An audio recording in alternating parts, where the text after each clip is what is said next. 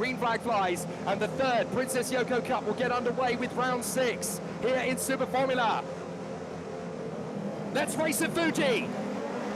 Solid start from pole position for Zach O'Sullivan. He pulls across, and there's no start at all for one of the Mugans. I think that might be Tomoki Nijiri not going anywhere. As round the far side, it's got no, it is Yumumi Iwasa. Iwasa's not got going, as we've got a battle up front with Zach O'Sullivan trying to stay in front of Toshiki Oyu, who'll try and run right round the outside. Zach O'Sullivan will push it to the wide side. So Zach O'Sullivan keeps the lead in front of Oyu and Browning, with Stanek working his way into P4 in front of Fukusumi. Well avoided by Igor Fraga there. That was almost a bit of a nasty accident, but everybody cleanly avoiding with stricken number 16. Waves his hands. He was waving as the lights came on. So that was a long hold. There's only one dandelion there because Otta's decided to pit. Makino gets past Oyu. So Makino's got ahead of Oyu for second place. Otta decided to pit. That could be the critical decision as to who gets the victory in this one.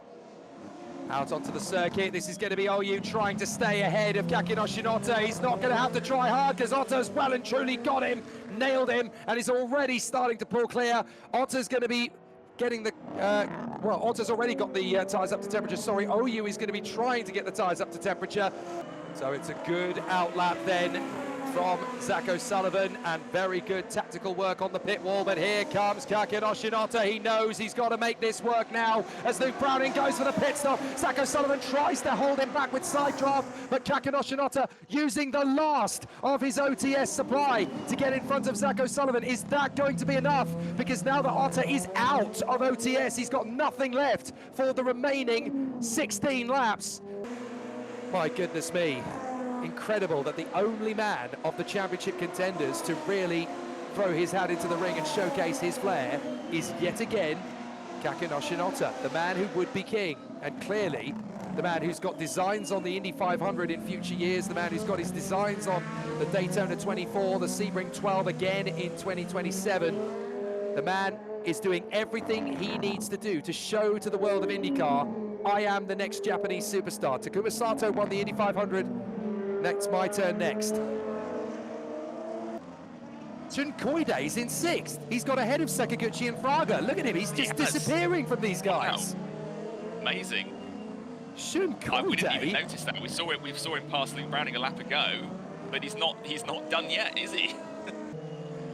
We see now back to the lead battle. O'Sullivan, I think he's going to be using up the rest of his OTS here.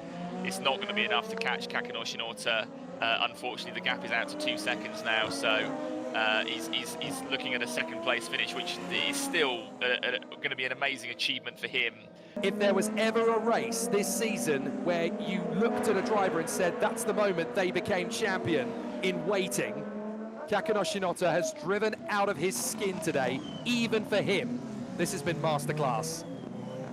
So this is a huge swing towards Kakinoshi Otta in the championship battle. I have to say, he is a new man this year. He is determined, he's confident, he's got all the answers, and he's going to win the first leg here of the Princess Yoko Cup.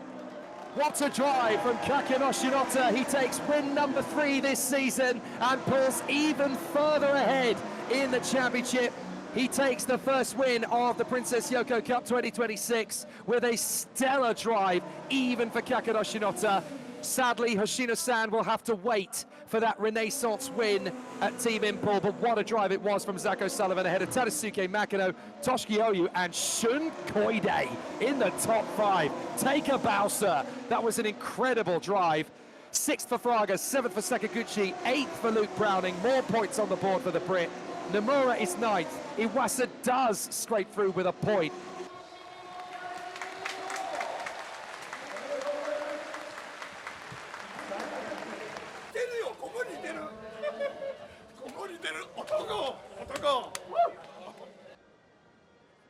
Look at that lead. Kakinoshi Otta dances away from Ayumu Iwasa, Niro Fukuzumi, and Sena Sakaguchi in the driver's standings. In the team standings, it's going to be even more emphatic for Docomo Dandelion. Fenestraz, P5 ahead of Zach O'Sullivan, who leaps up to P6 in the championship. Toshiki Oyu, Luke Browning, Tadasuke Makino, and Shotsuboi P10. Did you ever think Shotsuboi was going to be P10 in the standings and Tomoka Najiri 15th in the standings by the halfway weekend? Dandelion has almost double the points of Saromo Inging. Team Toms are just a point and a half back in third. Rookie Racing still ahead of Team Mugen. Team Impul climbing up to P6. What a year 2026 is. Let's try and end this on a positive note, though. There are the current Princess Yoko Cup standings. Otter is 3 points ahead of Zach O'Sullivan and 8 ahead of Tadasuke Makino. If we're not talking about the podium, Jamie, driver of the day, without a shadow of a doubt, Shun Koide. What a star he was today.